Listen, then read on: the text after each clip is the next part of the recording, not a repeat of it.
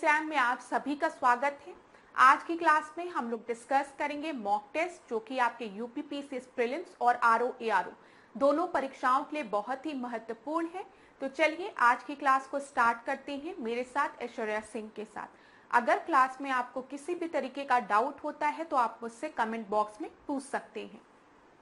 आज की क्लास को स्टार्ट करने से पहले थोड़ी सी इंफॉर्मेशन मैं आप लोगों को दे दूं यूपी पीसीएस प्रीलिम्स 2025 कोर्स के बारे में। ये फाउंडेशन कोर्स है आपका, लेकिन यहाँ पर मैं आपको बता दूं इसमें आपके प्रीलिम्स और मेंस दोनों के सिलेबस को कवर किया जा रहा है। तो यूपी पीसीएस फाउंडेशन कोर्स 2025 में प्रीलिम्स और मेंस दोनों के सिलेबस को कवर किया जाएगा। यहाँ पर आपको अपने मेंस के आंसर्स किस तरीके से लिखने हैं ये भी बताया जाएगा। तो अगर इस कोर्स से रिलेटेड आपको कोई भी इंफॉर्मेशन क्लास चाहिए तो यहाँ पर आपको 2 व्हाट्सएप नंबर दिए गए हैं। इनमें से आप किसी भी व्हाट्सएप नंबर पर मैसेज करिए, आपको सारी इंफॉर्मेशन प्रोवाइड करा दी जाएगी। चलिए अब आज की क्लास का हम अपना पहला प्रश्न देखते हैं। प्रश्न को ध्यानपूर्वक देखिएगा। यहाँ पर आपको सूची 1 और सूची 2 को सुमेलित करना है। एक तरफ आपको क्या क्या ऑप्शंस दिए गए हैं, यहाँ पर देखिए पशुपत की बात की गई है, कपालिक, रुद्र संप्रदाय और नित्यवादी। इधर इष्ट देव भैरव, फिर लकुलिस, फिर पकुधक चयायन और विष्णु स्वामी आपको सुमेलित करना है। तो यहाँ पे जब हम पशुपत की बात करते हैं पाशुपत की, तो इससे रिलेटेड कौन है, लकुलिस है, ठीक है। जब हम कपालिक की बात करते हैं तो इष्ट देव भैरव, यहाँ पर भैरव होंगे कपालिक से रिलेटेड। तो बी का फर्स्ट ये रहा, ए का सेकंड ये रहा, ठीक है। फिर रुद्र संप्रदाय की बात करेंगे तो विष्णु स्वामी हो जाएंगे, और नित्यवादी की बात करेंगे तो पकुधक चयायन हो जाएंगे। तो यहाँ पर पहले का आपका सही उत्तर क्या होगा, एबीसीडी में से आपका सही उत्तर ए होगा, ठीक है। क्लास अगर किसी भी प्रश्न में आपको ऐसा लगता है कि मैम बहुत जल्दी आंसर दे रही हैं तो आप वीडियो को पॉज कर अपने आंसर को देने के बाद मेरे आंसर को सुना करिए। अब यहाँ पर देखिए एक और प्रश्न मैं आपसे डिस्कस करने जा रही हूँ जो कि अक्सर आपकी परीक्षा में पूछ लेता है और कई बार पूछा भी गया है। अगर आपने पीवाईक्यू देखा है पास्ट ईयर्स के क्वेश्चंस तो आपने नोटिस किया होगा कि जो प्रश्न ये है यहाँ पर वो आपके पीसीएस में, आरओ एआरओ में, एसएससी में सारे परीक्षा में पूछ लिए जाते हैं। तो देखिए एक तरफ आपको क्या दिए गए हैं, संतों के नाम दिए गए हैं, दूसरी तरफ संप्रदाय दिया गया है। तो चलिए हम लोग मैच करते हैं इसको। अगर आपको समय चाहिए तो आप वीडियो को पॉज कर लीजिएगा। सबसे पहले रामानुज दिया है, फिर माधवाचार्य दिया है, निम्बार्क दिया है और वल्लभाचार्य दिया है। तो निम्बार्क की जब हम बात करते हैं तो निम्बार्क किससे रिलेटेड है आपके, देखिए द्वैता वेद से रिलेटेड है, ठीक है। तो निम्बार्क जैसे नींबू, ऐसे ही मैं बस आपको याद करने का तरीका बता रही हूँ। नींबू में कितने बीज होते हैं, 2 बीज होते हैं। तो निम्बार्क में 2 बार द्वैत होगा, ठीक है। तो द्वैता द्वैत हो गया। तो थर्ड का आपका बी हो गया। तो थर्ड का बी हम लोग देखें यहाँ पर कहाँ पर दिया गया है, थर्ड का बी यहाँ पर दिया गया है और यहाँ पर दिया गया है, ठीक है। फिर उसके बाद अगर हम माधवाचार्य की बात करेंगे तो ये आपके रिलेटेड है द्वैतवाद से। तो सेकेंड का डी हो जाएगा। सेकेंड का डी कहां पर दिया गया है, देखें सेकेंड का डी ये यहां पर दिया गया है, ठीक है। और रामानुज की जब हम बात करेंगे तो ये किस चीज से रिलेटेड है आपके, ये आपके विशिष्ट द्वैत से रिलेटेड है, ठीक है। तो फर्स्ट का सी हो गया यहां पर। और वल्लभाचार्य की बात करेंगे तो ये शुद्धा द्वैत से रिलेटेड है। तो यहाँ पर ये प्रश्न आपके परीक्षा में कई बार पूछा जाता है, आप लोगों ने नोटिस भी किया होगा। तो बहुत ही इंपॉर्टेंट प्रश्न है, इसको भूलने की गलती मत करिएगा। याद रखिएगा जब हम माधव की बात करते हैं तो 1 बार द्वैत आएगा, निम्बार्क की बात करते हैं तो 2 बार द्वैत आएगा, तो द्वैता द्वैत हो गया, ठीक है। फिर उसके बाद वल्लभाचार्य की जब हम बात करते हैं तो यहाँ पर आपको याद रखना है ये शुद्धा द्वैत से रिलेटेड है और रामानुज जो है वो विशिष्ट द्वैतवाद से रिलेटेड है। चलिए अगला प्रश्न अब हम देखते हैं। दूसरा प्रश्न, वो प्रश्न मैंने इसलिए इंक्लूड कर दिया था क्योंकि जब मैं पहला प्रश्न आप लोगों के लिए लिख रही थी तो मुझे याद आया कि संप्रदाय से रिलेटेड ये प्रश्न बार बार पूछा जाता है, तो इस प्रश्न को भी आपके टेस्ट में होना चाहिए था। अब यहाँ पर जो दूसरा प्रश्न है उसको ध्यानपूर्वक पढ़िए। मुस्लिम लीग के प्रथम अध्यक्ष कौन थे, तो आपको दिया गया है आगा खान, नवाब सलीमुल्लाह, फिर शाहनवाज खान और मोहम्मद अली जिन्ना की बात की गई है। तो बताइए मुस्लिम लीग की बात की गई है तो यहाँ पर मुस्लिम लीग आपका कब बना था, 1906 में बना था, आप सभी को पता होगा। इस प्रश्न को अगर हम देखेंगे तो स्टूडेंट्स 2 ऑप्शंस में कंफ्यूज होते हैं, एक आगा खान में और सलीमुल्लाह खान में। तो याद रखिएगा 1906 में जब मुस्लिम लीग का फॉर्मेशन हुआ था तो उस समय ढाका के जो नवाब थे वो सलीमुल्लाह खान थे। हाँ, इनका कंट्रीब्यूशन था मुस्लिम लीग के फॉर्मेशन में, लेकिन मुस्लिम लीग की जो पहले सेशन था उसकी अध्यक्षता आगा खान द्वारा की गई थी। तो यहाँ पर आपका सही उत्तर क्या होगा? ए होगा। ठीक है, नवाब सलीमुल्लाह खान का कंट्रीब्यूशन था मुस्लिम लीग के फॉर्मेशन में, ये उस समय ढाका के नवाब थे, ये याद रखिएगा। तो ए आपका सही उत्तर है। अच्छा, 1905 में आप सभी को पता है बंगाल का विभाजन होता है, 1906 में क्या होता है? मुस्लिम लीग का फॉर्मेशन होता है। फिर याद रखिएगा 1916 की जब हम बात करते हैं लखनऊ पैक्ट की, ठीक है, तो वो पैक्ट किसके किसके बीच में साइन होता है? मुस्लिम लीग और इंडियन नेशनल कांग्रेस के बीच में। किनका किनका योगदान, बहुत बड़ा योगदान रहता है इस पैक्ट के लिए? तो बाल गंगाधर तिलक का नाम याद रखेंगे, मोहम्मद अली जिन्ना का नाम आप याद रखिएगा। तो यहाँ पर तो अभी आपका उत्तर ए सही है। अगला प्रश्न हम देखेंगे, ध्यानपूर्वक देखिएगा। तीसरा प्रश्न क्या है? सूची 1 को सूची 2 के साथ सुमेलित करना है। तो देखिए, बंगाल स्वयंसेवी दिया है, व्यायाम मंडल दिया है, इंडियन रिपब्लिकन आर्मी दिया है और भारत माता सोसाइटी दिया है। तो बताइए HRK की जब हम इंडियन रिपब्लिक आर्मी की बात कर रहे हैं, यहाँ पर इंडियन रिपब्लिक आर्मी की, तो इंडियन रिपब्लिक आर्मी से रिलेटेड कौन थे? सूर्य सेन थे। तो सी का क्या हो जाएगा? थर्ड हो जाएगा आपका। सी का थर्ड एक ही जगह दिया गया है। हम और ऑप्शंस को देख लेते हैं। व्यायाम मंडल की बात करेंगे तो यहाँ पर आपके चापेकर बंधु हो जाएंगे, ठीक है, बी का फर्स्ट, ठीक है। बंगाल स्वयं सेवी की बात जब हम करेंगे तो इससे रिलेटेड आपका कौन है? इससे रिलेटेड हेमचंद्र घोष है, ठीक है, और भारत माता सोसाइटी से नीलकंठ ब्रह्मचारी, ठीक है। तो यहाँ पर आपका सही उत्तर क्या हो गया? डी आपका सही उत्तर हो गया। ऐसे प्रश्न आपके परीक्षा में बनते हैं तो महत्वपूर्ण प्रश्न है, याद रखिएगा। तो थर्ड का डी आपका सही उत्तर है। एक बार हम अपने आंसर को चेक भी कर लेते हैं। डी देखिए। अच्छा, चापेकर बंधु के बारे में हम कुछ इंपॉर्टेंट चीजों को डिस्कस करेंगे अभी, लेकिन इसके पहले हम एक प्रश्न को डिस्कस करते हैं। आपके परीक्षा में प्रश्न इस तरीके से भी बन सकता है। देखिए यहाँ पर क्या दिया गया, ध्यान पूर्वक देखिएगा क्लास। 1905 की बात की गई है। अभी मैंने आपको बताया है 1905 में क्या हुआ है? बंगाल का विभाजन हुआ है। उस समय कौन वाइसरॉय था? लॉर्ड कर्जन वाइसरॉय था। ये सब चीजें आपको पता होगी। तो 1905 के बंगाल विभाजन से पहले निम्नलिखित में से कौन सी घटना घटी थी? तो 1905 के पहले कौन सी घटना घटी थी, ये पूछा गया है। तो सबसे पहले आपको जलियांवाला बाग हत्याकांड दिया गया है। तो जलियांवाला बाग हत्याकांड कब हुआ है? 1919 में हुआ है, ठीक है। काकोरी कांड अभी हमने कुछ दिन पहले डिस्कस किया था। काकोरी एक्शन, ट्रेन एक्शन से रिलेटेड, ये कब हुआ है? 1925 में हुआ है, ठीक है। चौरी चौरा घटना की बात करेंगे तो ये कब हुआ है? 1922 में हुआ है। आपको पता है ना, असहयोग आंदोलन महात्मा गांधी द्वारा शुरू किया गया था 1920 में, और जब चौरी चौरा कांड होता है तो 1922 में महात्मा गांधी असहयोग आंदोलन को वापस ले लेती हैं। तो इसमें 1905 में के पहले कौन सी घटना आपकी घटी है? तो वो चापेकर बंधुओं द्वारा फ्लैग कमिश्नर की हत्या, ठीक है। तो दूसरा आपका सही उत्तर है। इस तरीके से भी आपके परीक्षा में प्रश्न बन सकता है, इसलिए मैंने यहाँ पर इंक्लूड किया। अब हम लोग कुछ इंपॉर्टेंट पॉइंट्स डिस्कस करेंगे चापेकर बंधु से रिलेटेड, क्योंकि यहाँ पर आपके परीक्षा में यहाँ से प्रश्न बना है। तो याद रखिएगा, चापेकर बंधु की बात करेंगे तो 1897 में, ठीक है, 1897 में, याद रखिएगा 1897 में इन्होंने प्लेग के अधिकारी जो WC रैंड थे को पर गोली चलाकर उनकी हत्या कर दी थी। याद रखिएगा ये चीज, ठीक है। तो परीक्षा में कभी भी पूछे तो यहाँ पर आप WC रैंड का नाम याद रखेंगे। इन्होंने 1897 में इनकी गोली चलाकर हत्या कर दी थी। 3 ब्रदर्स थे ये, इन्हीं को चापेकर्स बंधु या फिर चापेकर्स ब्रदर्स के नाम से हम जानते हैं, ठीक है। चलिए अगला प्रश्न हम देखेंगे।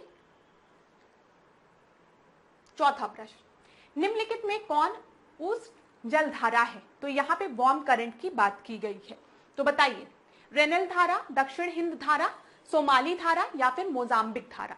तो बताइए वार्म करंट कौन सा है? आप सभी को पता है ये क्या है? ये 0 डिग्री, ये इक्वेटर है, ठीक है। इधर हमारा नॉर्थ पोल है, इधर हमारा क्या है? साउथ पोल है। जब भी जो वेव्स है वो इक्वेटर से पोल की तरफ जाएंगी तो वो किस तरीके की धारा होंगी? वो आपकी हॉट करंट होंगी, ठीक है। और जब भी कोई धारा आपकी यहां से देखिए पोल से इक्वेटर की तरफ आएंगी तो वो आपकी कोल्ड करंट होंगी। ठीक है, ये पता है ना, ये चीज तो आप लोगों को आता ही होगा। तो चलिए यहां पर बताइए आपका कौन सा ऑप्शन जो है वो वार्म करंट के बारे में बोला गया है। तो ए बी सी डी में से आपका सही उत्तर यहाँ पर क्या हो जाएगा, यहाँ पर सही उत्तर जो है वो मोजाम्बिक करंट है, डी आपका सही उत्तर है। और सब जो रेनल करंट दिया है, साउथ इंडियन करंट दिया है, सोमाली करंट दिया है, ये सब आपकी कोल्ड करंट है। ठीक है, अब यहाँ पर क्लास एक बार हम इसको पिक्चर के फॉर्म में भी देख लेते हैं, मैप के फॉर्म में, मतलब क्योंकि परीक्षा में यहाँ से प्रश्न पूछा जाता है। तो सबसे पहले आपको ना याद रखिएगा कि ये जो है ये कैलिफोर्निया, ये आपकी कोल्ड करंट है। ठीक है, क्योंकि देखिए आप पोल की तरफ से इक्वेटर की तरफ आ रहे हैं। फिर उसके बाद पेरू जो है वो आपकी कोल्ड करंट है। तो पेरू और कैलिफोर्निया करंट जो है वो आपकी कोल्ड करंट है, याद रखिएगा। इधर आपको पता है पैसिफिक ओशियन है, मैं आपको याद करने का तरीका बता रही हूँ क्लास। पहले आप क्या करिए, जो भी आपकी कोल्ड करंट है, जो ठंडी जलधारा है, उनको याद कर लीजिए, तो आप आराम से एलिमिनेट कर लेंगे। अब मैप आपको वर्ल्ड का पता ही है, आपको पता ही है पेरू इधर है, बस आपको ये याद रखना है जो पेरू करंट है वो आपकी क्या है, वो आपकी कोल्ड करंट है। इधर कैलिफोर्निया आपको पता ही है, ये आपकी कोल्ड करंट है। इसी तरीके से यहाँ पर देखिए बेंगुला जो है ये आपकी क्या है, कोल्ड करंट है। ठीक है, इधर देखिए ये कोल्ड करंट है, तो इधर पेरू हो गया, इधर बेंगुला हो गया। ठीक है, याद रहेगा। फिर इधर देखिए वेस्टर्न ऑस्ट्रेलिया, ये भी आपकी कोल्ड करंट है, इतना याद रखना है आपको। अब ऊपर आएंगे तो इधर लेब्राडोर, वेरी इंपॉर्टेंट, ये आपको याद रखना है, ये कोल्ड करंट है। इधर कैनारी जो है वो भी कोल्ड करंट है, और ईस्टर्न ग्रीनलैंड जो है वो कोल्ड करंट है। तो देखिए पेरू याद रहेगा, वेंगुला याद रहेगा, वेस्टर्न ऑस्ट्रेलिया याद रहेगा, उधर ऊपर लेब्राडोर याद रहेगा, कैनारी याद रहेगा। ठीक है, इधर ओयाशियो देखेंगे अगर हम, तो ये भी आपकी कोल्ड करंट है। तो आप क्या करिए, एक बार अपने मैप में वर्ल्ड मैप खोलिए, एटलस खोलिए, और कोल्ड करंट को आप क्या करिए, देख लीजिए, और कोल्ड करंट याद कर लीजिए, तो आप आराम से यहाँ पर हॉट करंट फिर आपको याद रहेगा।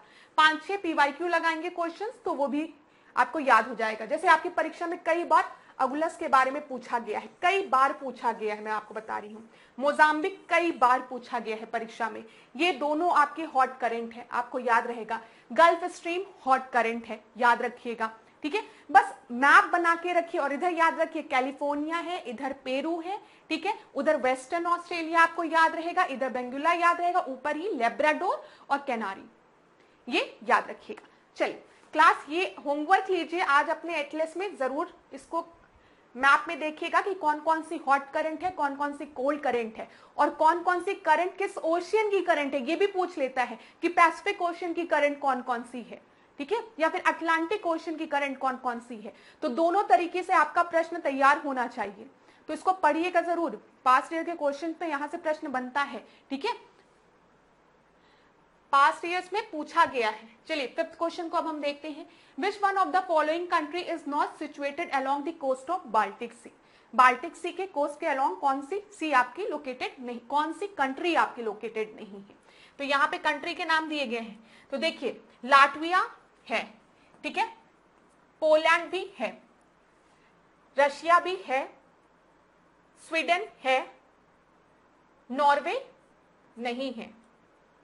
तो यहां पे क्या बोला गया, विच one of the following is not situated. मैंने नॉट नहीं पढ़ा था, यही गलती पेपर में भी हो जाती है। यहां पर क्या बोला गया है, विच इज नॉट सिचुएटेड। ठीक है, कौन सा नहीं सिचुएटेड है along the coast of the Baltic Sea. तो यहाँ पे नॉर्वे की बाउंड्री आपकी बाल्टिक सी से नहीं लगती है, इस वजह से सही उत्तर क्या हो जाएगा, डी आपका सही उत्तर हो जाएगा। अब हम इसको एक बार एक्सप्लेन करते हैं आपको मैप के थ्रू, ध्यान से देखिएगा। ये क्या है, बाल्टिक सी आपको दिख रहा है, ठीक है, यहां पर देखते चलिए, यहां पर क्या है, स्वीडन है, नॉर्वे इस साइड है। ठीक है, तो नॉर्वे टच नहीं कर रहा है बाल्टिक सी को, क्लियर है। इधर फिनलैंड देखिए, एस्टोनिया, लाटविया, ल्यूथेनिया, ठीक है, यहाँ पे रशिया का एक छोटा सा हिस्सा है, तो रशिया भी टच करता है, कंफ्यूज मत होइएगा।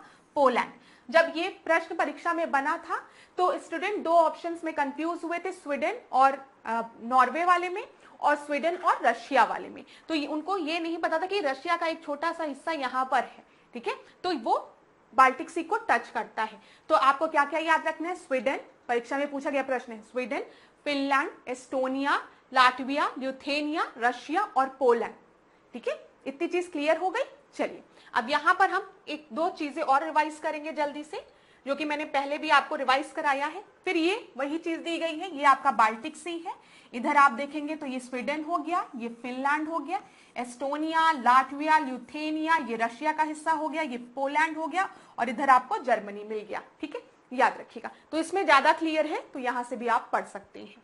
चलिए अगला हम देखते हैं यहाँ पर कैस्पियन सी को। कैस्पियन सी मैंने आपको याद करने का तरीका बताया है, तारीख करके आप याद रख सकते हैं, आपको कभी नहीं भूलेगा। तारीख अगर आपको याद है तो कैस्पियन सी आपको याद रहेगा। टी से क्या हो गया, तुर्कमेनिस्तान हो गया। ठीक है, ए से आपका क्या हो गया, अजरबैजान हो गया। ठीक है, याद रखिएगा। आर से क्या हो गया, रशिया हो गया। फिर उसके बाद आई से क्या हो गया, ईरान हो गया, और के से क्या हो गया, कजाकिस्तान हो गया। तो तारीख से आपको याद रहेगा क्या, कैस्पियन सी, याद रहेगा ना, तो याद रखिएगा। इधर देखिए तुर्कमेनिस्तान, ईरान, अजरबैजान, कजाकिस्तान और रशिया, तारीख। चलिए ये भी चीज क्लियर हो गई, रिवीजन हो गया। और देखें हम इंपॉर्टेंट चीजों को, यहां पर एक और चीज मैं आज आपको बता दूं ताकि परीक्षा में पूछे तो आप लोग का गलत ना हो। अक्सर परीक्षा में पूछ लेता है कि ग्रेट ब्रिटेन में कौन कौन से आपकी कंट्रीज हैं। तो ग्रेट ब्रिटेन की बात करेंगे तो इसमें आपका स्कॉटलैंड है, इंग्लैंड है और वेल्स है। ग्रेट ब्रिटेन में कौन कौन सी है बताइए, स्कॉटलैंड है, ठीक है, यहां पर देखिए इंग्लैंड है और वेल्स है। ठीक है, जब हम यूनाइटेड किंगडम की बात करेंगे तो इसमें आपका नदर आइलैंड भी शामिल हो जाता है। मतलब अगर आपसे पूछा जाएगा कि यूके में कौन कौन से हैं देश, तो स्कॉटलैंड, इंग्लैंड, वेल्स और नदर आयरलैंड। ठीक है, फिर उसके बाद याद रखिएगा यहां पर यही दो क्वेश्चन आपके परीक्षा में पूछे गए थे जो मैंने आपको बताया है, तो इसमें आप लोग कंफ्यूज मत होइएगा। यही चीज याद रखना है आपको, जब इसमें नदर्न आयरलैंड भी शामिल हो जाता है तो हम इसको क्या कहते हैं, हम इसको यूनाइटेड किंगडम कहते हैं। ग्रेट ब्रिटेन में आपके स्कॉटलैंड हो गया, फिर आपका इंग्लैंड हो गया और वेल्स हो गया। चलिए अगला प्रश्न अब हम देखेंगे। अगला प्रश्न देखिए क्लास, छठवां प्रश्न। छठवां प्रश्न क्या पूछा गया है आपसे, निम्नलिखित में कौन सही है। नदी दिया गया है और उद्गम स्थल दिया गया है। तो इसको थोड़ा सा यहां पर ऐसे आप लाइन खींच लीजिए ताकि आपको कंफ्यूजन ना हो। थोड़ा सा ये इधर शिफ्ट हो गया है। पलार नदी की बात की गई है, तामपड़ी की बात की गई है, लूनी नदी की बात की गई है, तापी नदी की बात की गई है। तो यहां पर हम चेक करते हुए चलते हैं, करेक्ट पूछा गया है तो पहला ही ऑप्शन आपका बिल्कुल सही है। जब हम पलार नदी की बात करेंगे तो इसका उद्गम स्थल कौन सा डिस्ट्रिक्ट है, कोलार डिस्ट्रिक्ट है। तो ए आपका यहाँ पर सही उत्तर है। ठीक है, इसको एक बार हम लोग चेक भी कर लेते हैं। आपकी यहाँ पर देखिए, जब पलार नदी की बात होगी तो पलार नदी का उद्गम स्थल मैंने आपको बताया कि कर्नाटक राज्य में कोलार जिला है। ठीक है, याद रखिएगा। तो पलार नदी कहाँ बहती है, कर्नाटक में बहती है। परीक्षा में पूछा जा सकता है, अगर बहुत प्रिसाइज पूछेगा तो कोलार जिला के बारे में पूछ लेगा। इसके बाद तामपड़ी नदी की जब हम बात करेंगे तो ये तमिलनाडु में आपकी बहती है। ठीक है, फिर उसके बाद लूनी नदी तो आप सभी को पता है राजस्थान हो गया। ठीक है, राजस्थान में अजमेर के दक्षिण पश्चिम में अरावली श्रेणी नाम के पर्वत से ये निकलती है। और फिर उसके बाद तापी नदी की हम बात करेंगे तो ये मध्य प्रदेश में आपके बैतूल जिला के मुल्ताई नामक स्थान के पास सतपुरा श्रेणी से निकलती है। तो रिवर से रिलेटेड प्रश्न बहुत इंपॉर्टेंट है परीक्षा के लिए, तो याद रखिएगा ये सब। ठीक है, इंपॉर्टेंट नदियां यहाँ पर दी गई है। हम लोग क्या करते हैं, हम लोग कावेरी, ठीक है, कृष्णा, गोदावरी, गंगा, इन सब की ट्रिब्यूटरीज, महानदी, ये सब पढ़ के चले जाते हैं। कभी कभी सुमेलित करने को इस तरीके के प्रश्न आ जाते हैं तो स्टूडेंट्स कंफ्यूज हो जाते हैं। तो ये भी आपको याद रखना है, ये याद रखिएगा। स्क्रीनशॉट लेना है तो आप ले सकते हैं। वैसे हम और प्रश्न में डिस्कस करेंगे रिवर से रिलेटेड, रिवर सिस्टम से रिलेटेड, तो वो आपको क्लियर हो जाएगा। चलिए अगला प्रश्न हम देखते हैं। यहाँ पर 7वां प्रश्न, राष्ट्रीय पिछड़ा वर्ग आयोग के प्रथम अध्यक्ष कौन थे। तो बताइए, national commission for backward classes के पहले आपके प्रेसिडेंट कौन थे, चेयरमैन कौन थे। तो श्याम सुंदर दिया है, राम सूरत सिंह, BL यादव या फिर RN प्रसाद। तो A, B, C, D में से आपका सही उत्तर क्या होगा। यहां पर जो आपका सही उत्तर है वो है D, 7th का D आपका सही उत्तर है। ठीक है क्लास, अब यहाँ पर कुछ बहुत ही महत्वपूर्ण पॉइंट्स मैं आपको बताऊंगी, उसको आप ध्यानपूर्वक सुनिएगा जो मैं आपको बताने जा रही हूँ। देखिए, सबसे पहले जो कॉन्स्टिट्यूशनल अमेंडमेंट आपको याद रखना है वो 89th कॉन्स्टिट्यूशनल अमेंडमेंट है। ठीक है, 89th कॉन्स्टिट्यूशनल अमेंडमेंट। ये क्यों इंपॉर्टेंट है, देखिए 2003 में ये संविधान संशोधन किया गया था 89। इसके थ्रू हमने जो 338 था आपका, उसको हमने दो पार्ट्स में डिवाइड कर दिया था, 338 और 338A में। ठीक है, जो 338 था वो आपका हो गया था national commission for schedule caste. याद रखिएगा, 338 के थ्रू हमने national commission for schedule caste बना दिया और 338A में हमने national commission for schedule tribe बनाया। ठीक है, पहले दोनों कमीशन एक ही हुआ करते थे जिनके के बारे में मेंशन था आपका आर्टिकल 338 में, लेकिन हमने 89 कॉन्स्टिट्यूशनल अमेंडमेंट के थ्रू इन दोनों कमीशंस को अलग कर दिया। अब आपका 338 में हम national commission for schedule caste की बात करते हैं और यहाँ पर हम national commission for schedule tribe की बात करते हैं ए में। ठीक है, जनजाति की बात करते हैं।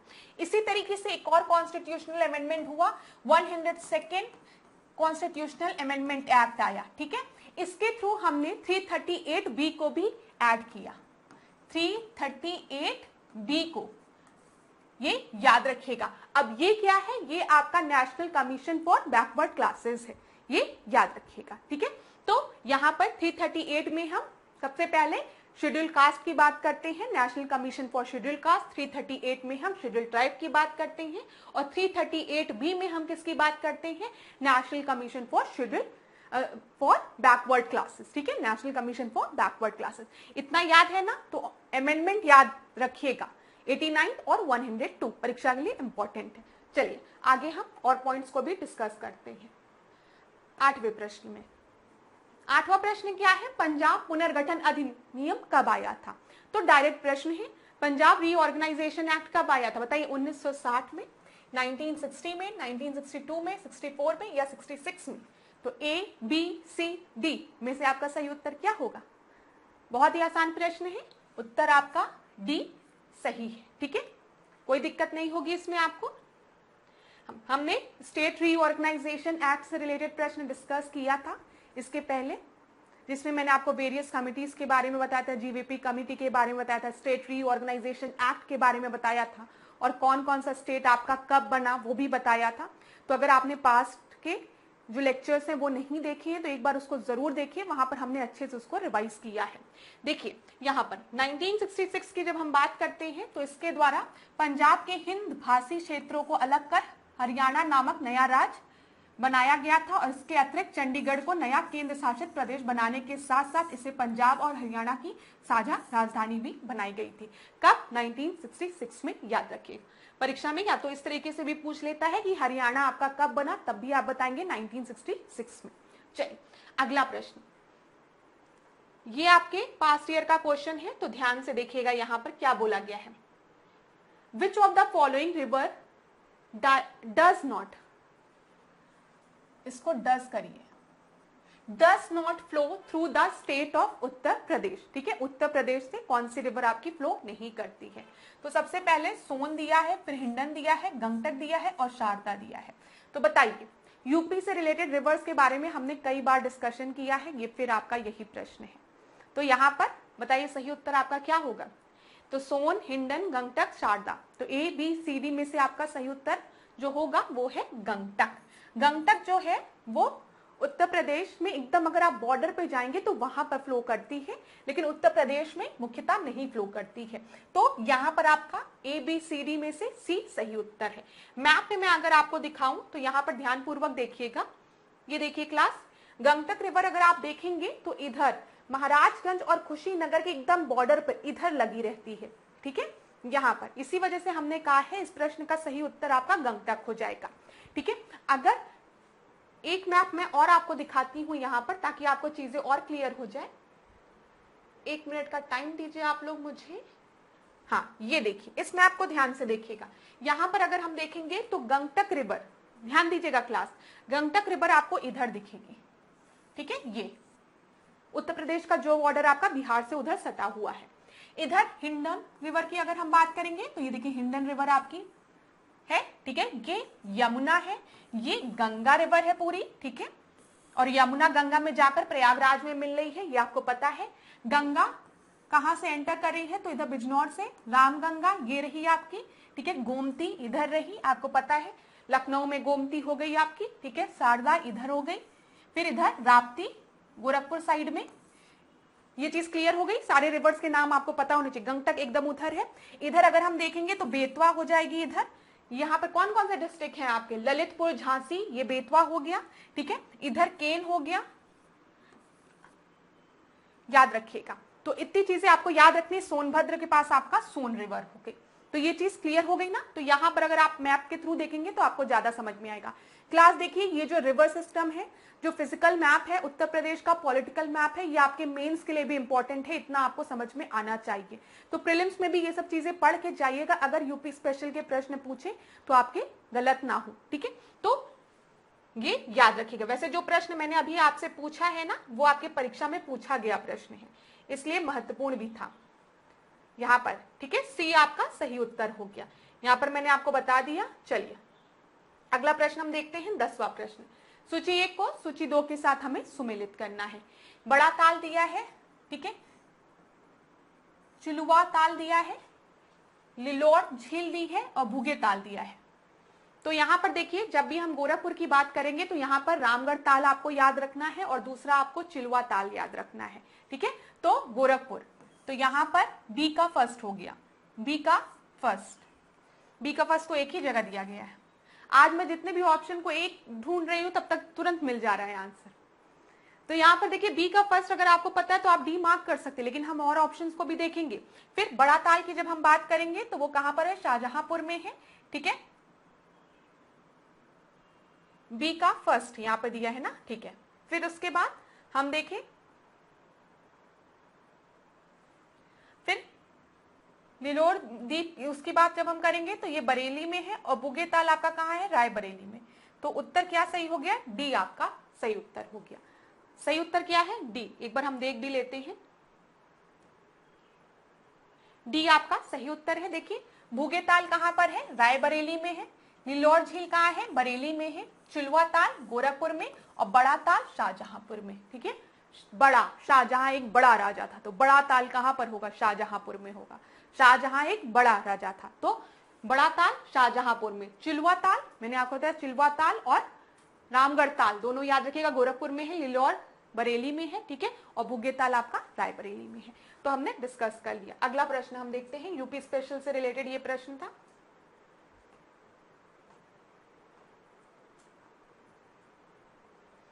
हाँ, अगला प्रश्न ये रहा आपका, ध्यान से देखिएगा।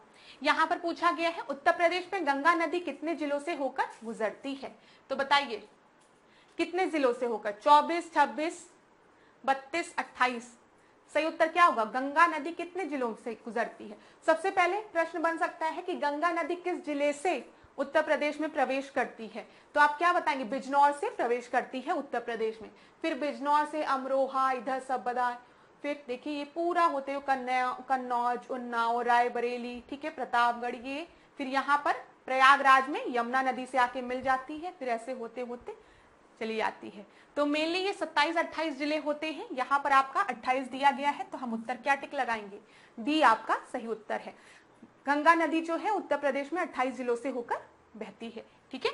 चलिए अगला प्रश्न देखते हैं हम। यहाँ पर मैंने आपको बता दिया, ये बिजनौर डिस्ट्रिक्ट से आपके प्रवेश करती है। 12वां प्रश्न, 2011 जनगणना के अनुसार देश के कुल शहरी जनसंख्या में उत्तर प्रदेश का कितना प्रतिशत है।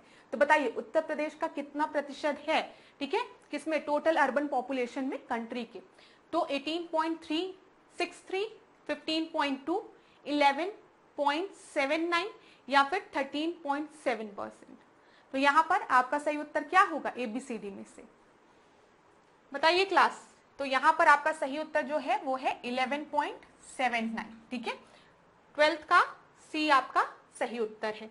देश की कुल शहरी जनसंख्या में उत्तर प्रदेश महाराष्ट्र के बाद आता है और द्वितीय स्थान पर है, और कितना प्रतिशत है, 11.76। याद रखिएगा, ठीक है, 79, ठीक है, ये याद रखिएगा 11.79% है, ठीक है।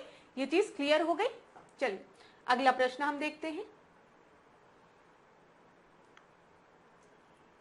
13 प्रश्न, जंग किसका मिश्रण है, बताइए। Rust is a mixture of air iron, air ferric oxide moisture present in air, या फिर ferric oxide of ferric hydroxide.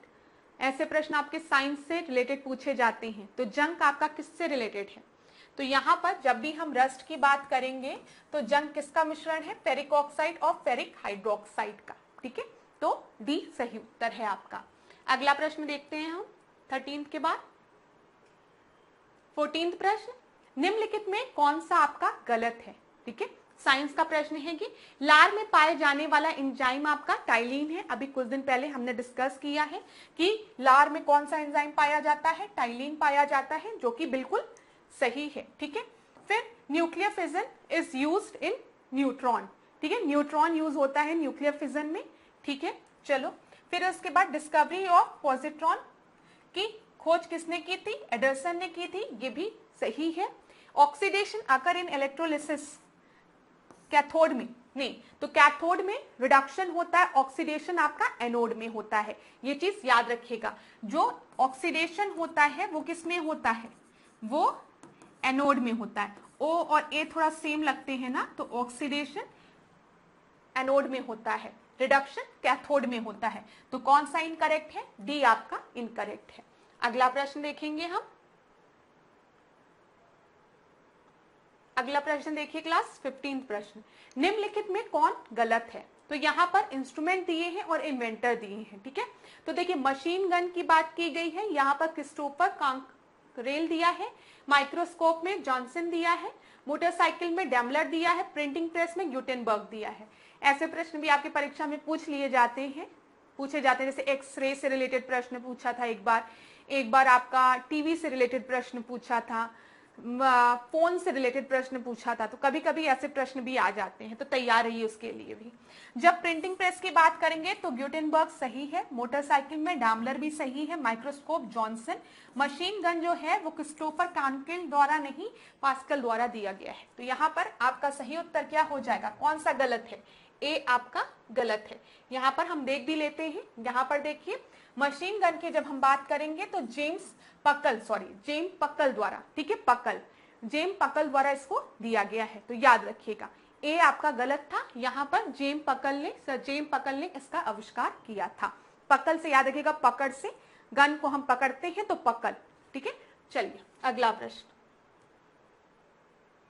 16 प्रश्न, निम्नलिखित में कौन सा आपका गलत है। तो चलिए बताइए, कंद आलू, धनकंद गाजर, शकलकंद प्याज, तुर्क रूपी मूली सही है, शकलकंद प्याज सही है। ठीक है, यहाँ पर कंद आलू सही है, गलत आपका धनकंद गाजर। ठीक है, धनकंद जो है वो गाजर से रिलेटेड नहीं है, धनकंद जो है वो आपका किससे रिलेटेड है, वो आपका बंडा से रिलेटेड है। ठीक है, याद रखिएगा। तो यहाँ पर देखिए दिया भी है, बी आपका इनकरेक्ट था।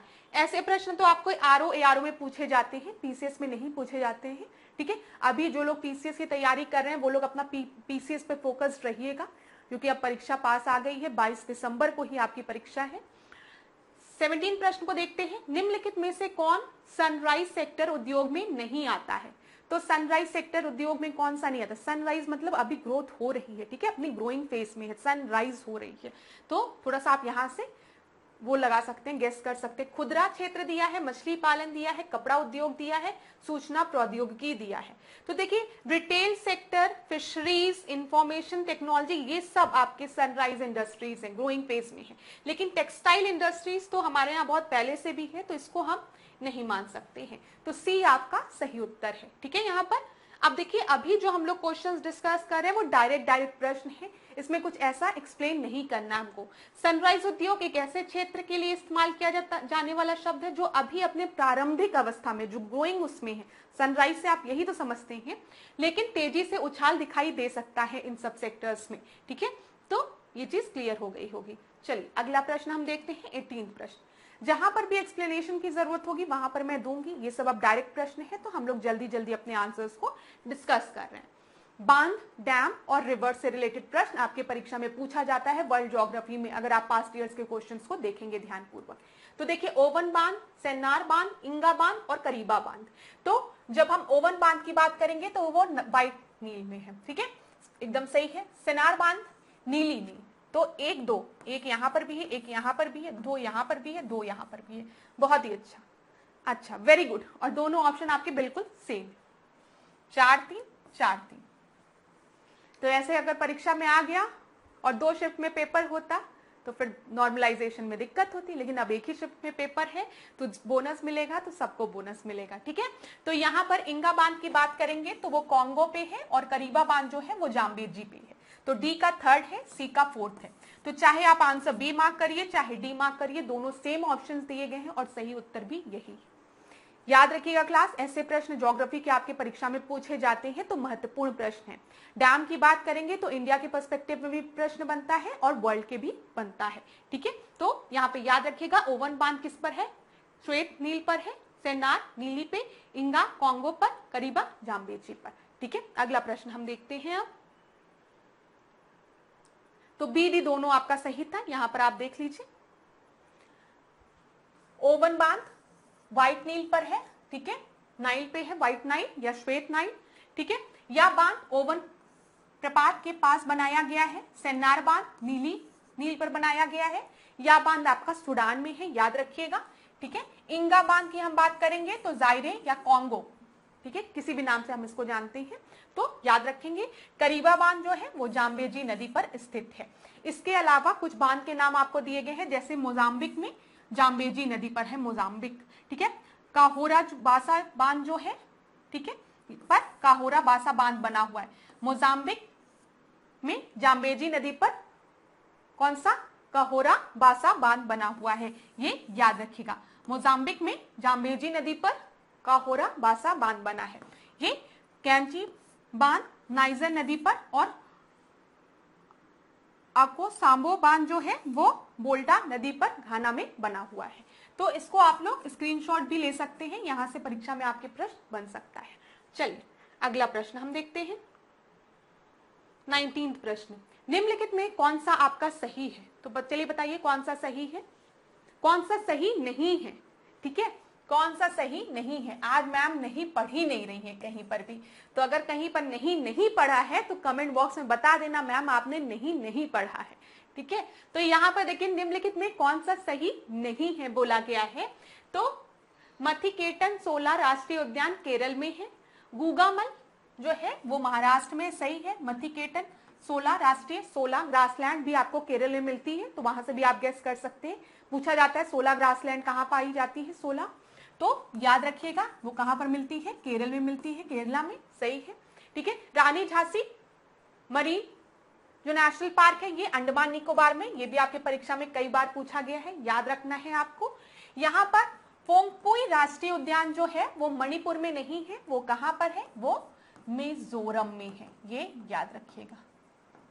तो यहाँ पर आपका सही उत्तर सी हो जाएगा। ठीक है, ये हमारा 19वां प्रश्न था। अगला प्रश्न हम देखते हैं 20वां प्रश्न। 20वें प्रश्न को ध्यान से देखिए, निम्नलिखित में से कौन द्वितीय प्रदूषक नहीं है। तो कौन सा सेकेंडरी पॉल्यूटेंट नहीं है। मैंने आपको कई बार बताया है कि पॉल्यूटेंट आपके 2 तरीके के होते हैं, एक प्राइमरी पॉल्यूटेंट होता है, एक सेकेंडरी पॉल्यूटेंट होता है। प्राइमरी पॉल्यूटेंट जो होता है, जो प्राथमिक प्रदूषक होते हैं, वो डायरेक्टली सोर्स से एमिट होते हैं। द्वितीय प्रदूषक होते हैं जो वो डायरेक्टली सोर्स से एमिट नहीं होते हैं, वो हो सकता है 2 या 2 से अधिक प्राइमरी पॉल्यूटेंट के मिलने से बने, या फिर कोई केमिकल चेंज हो उसके वजह से वो फॉर्म हो, लेकिन वो डायरेक्टली आपके सोर्स से नहीं एमिट होते हैं। तो यहाँ पर ओजोन जब हमारे ट्रोपोस्फियर में प्रेजेंट होगा तो वो सेकेंडरी पॉल्यूटेंट होता है। ठीक है, याद रखिएगा।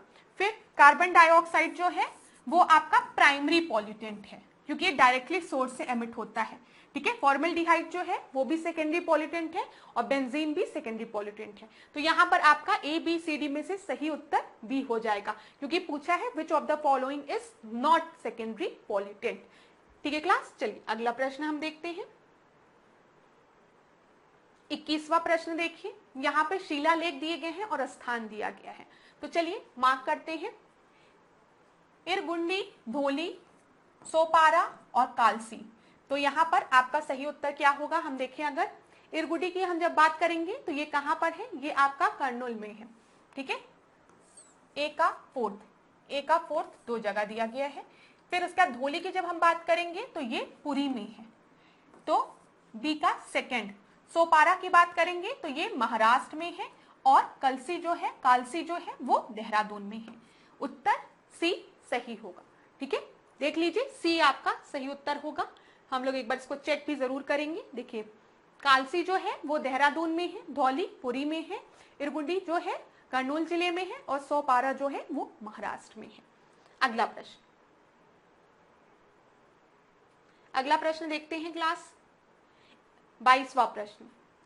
निम्नलिखित में कौन सा आपका सही है, आपको करेक्ट देखना है। ठीक है, करेक्ट पूछा है। चलिए सबसे पहले अरिज ए मुबालिक महालेखाकार, अमीर बहर प्रजाजनों के आचरण पर नियंत्रण रखने वाला, बरबक दरबार की कार्रवाई पूरी करने वाला, शाहने पील आगंतुकों को सुल्तान से मिलवाना। तो यहाँ पर ए बी सी डी में से अगर आप देखेंगे तो आपका जो सही ऑप्शन है वो है बरबक। बरबक जो है वो कार्रवाई पूरी करने वाला, दरबार की कार्रवाई पूरी करने वाले को हम क्या कहते थे, बरबक कहते थे। ठीक है, तो 22वें का सी आपका सही उत्तर है। यहाँ पर हम देख लेते हैं। देखिए बरबक की जब हम बात करेंगे तो दरबार की कार्रवाई पूरे करने वाले को क्या कहते थे, बरबक कहते थे। ठीक है, आरिज ए मुबालिक की बात करेंगे तो ये जो सेना में जो भर्ती कराई जाती थी वो आरिज ए मुबालिक द्वारा कराई जाती थी। अमीर बहर की बात करेंगे तो जो जलमार्ग हुआ करते थे उनकी देखरेख नियंत्रण करने वाले को हम अमीर बहर कहते थे। ठीक है, शाहने पील की बात करेंगे तो ये हस्तकला का प्रमुख हुआ करते थे। तो ये चीज क्लियर हो गई। ऐसे प्रश्न परीक्षा में बनते हैं आपके, याद रखिएगा। अगला प्रश्न हम देखते हैं जल्दी से। 23वां प्रश्न, निम्नलिखित पत्रिकाओं को उनके कालानुक्रम अनुसार व्यवस्थित करिए। ठीक है, तो सबसे पहले उदंत मार्तंड दिया है, दिग्दर्शन दिया है, बंगाल गजट दिया है, संवाद कौमुदी दिया गया है।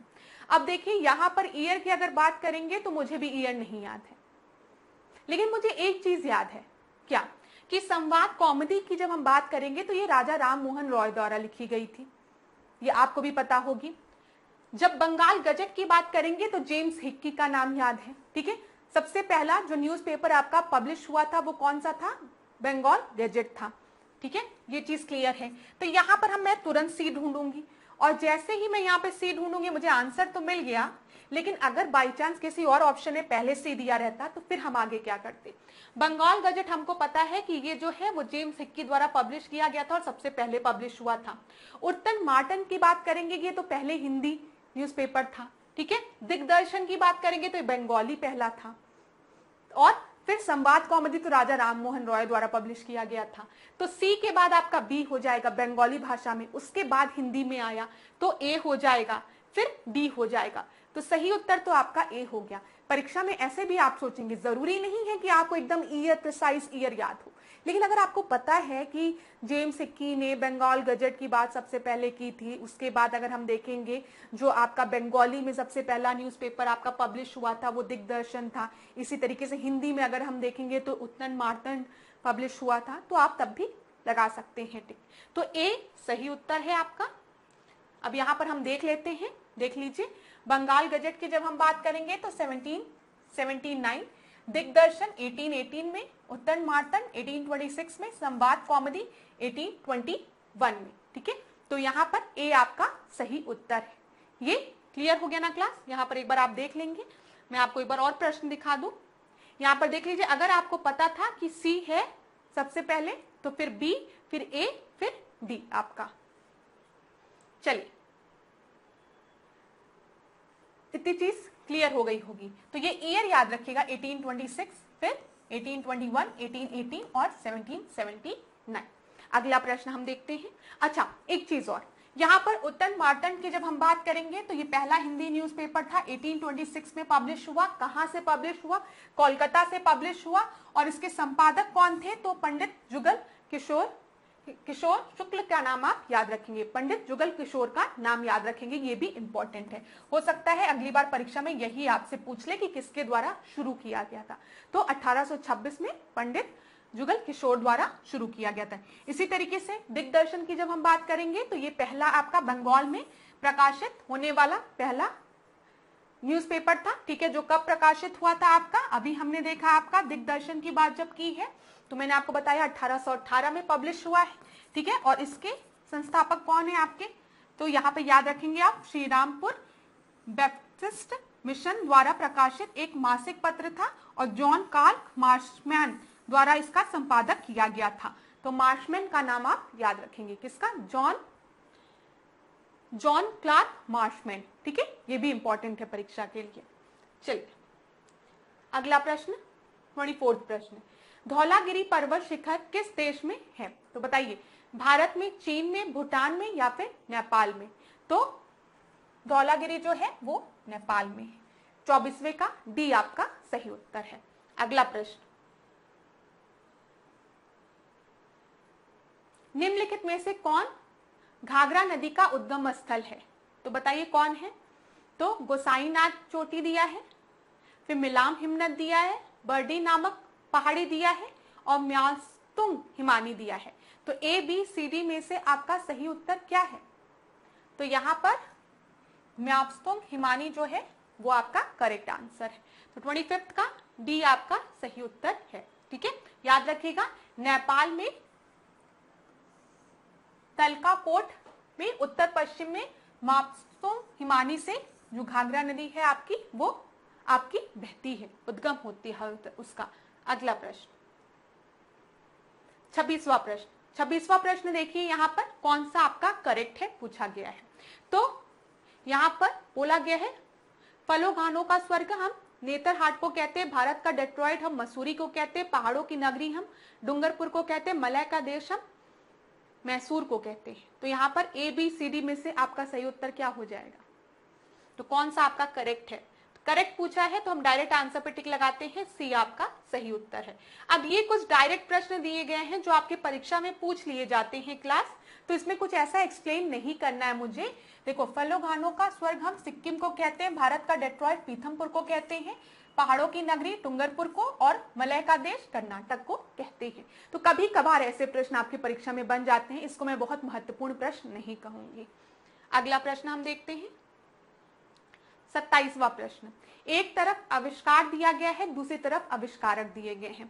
तो विटामिन फंक, विटामिन बी मैक्यूलन दिया है, फिर विटामिन सी कीटा जाटो दिया है और विटामिन के कार्ल हेनरिक डाम दिया है।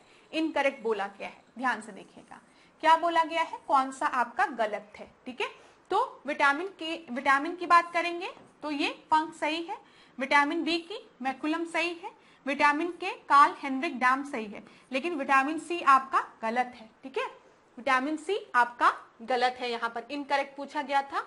करेक्ट में अगर हम देखेंगे तो विटामिन सी आपका होलकट द्वारा है। ठीक है, सी होलकट, बस सी होलकट, सी होलकट, होल को कट करो, सी होलकट, ऐसे करके आप याद रख सकते हैं। चलिए अगला प्रश्न हम देखते हैं 28वां प्रश्न।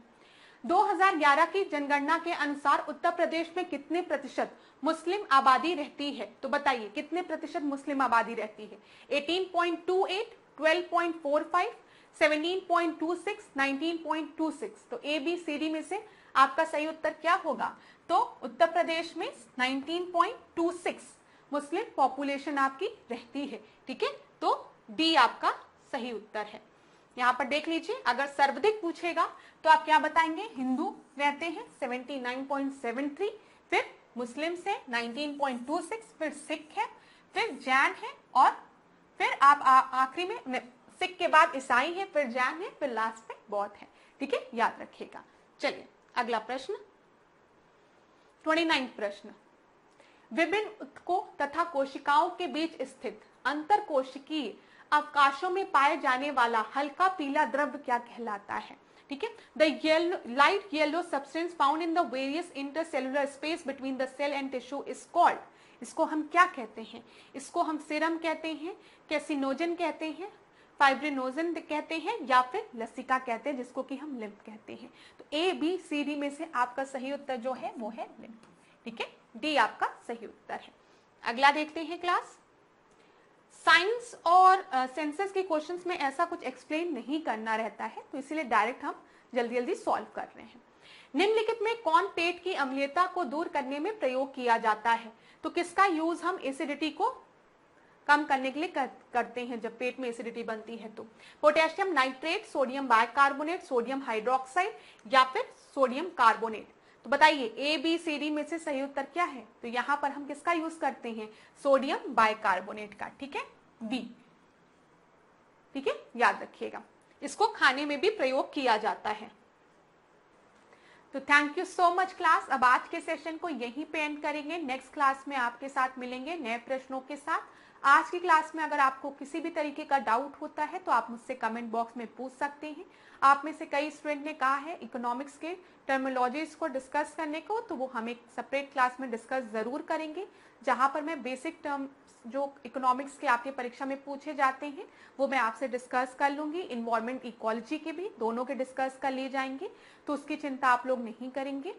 तो आज के सेशन को अब यहीं पे एंड करेंगे। अगर कोई भी प्रॉब्लम हुई होगी तो आप मुझे कमेंट बॉक्स में जरूर बताइएगा। लास्ट में जाते जाते आपसे फिर एक बात कहूंगी कि अपने पे भरोसा रखिए, ठीक है। एग्जाम जैसे जैसे पास आएगा आपको घबराहट होगी, आपको लगेगा कि हमसे नहीं हो पा रही है तैयारी, लेकिन ये चीज अधिकतर स्टूडेंट्स के साथ होता है, ज्यादातर स्टूडेंट्स के साथ होता है। बल्कि जो टॉप भी करते हैं ना, अगर आप उनसे पूछेंगे कि प्रीलिम्स में कैसा लग रहा था, तो उनको भी आप ही की तरह डर लग रहा था। तो परेशान होने की जरूरत नहीं है। अगर डर लग रहा है तो और पढ़िए, और डर लग रहा है तो और पढ़िए। जितना समय आप अभी अपनी पढ़ाई पर देंगे उतना ही अच्छा परिणाम आपको मिलेगा। तो आज के सेशन को यहीं पे एंड करेंगे। नेक्स्ट क्लास में आपके साथ मिलूंगी।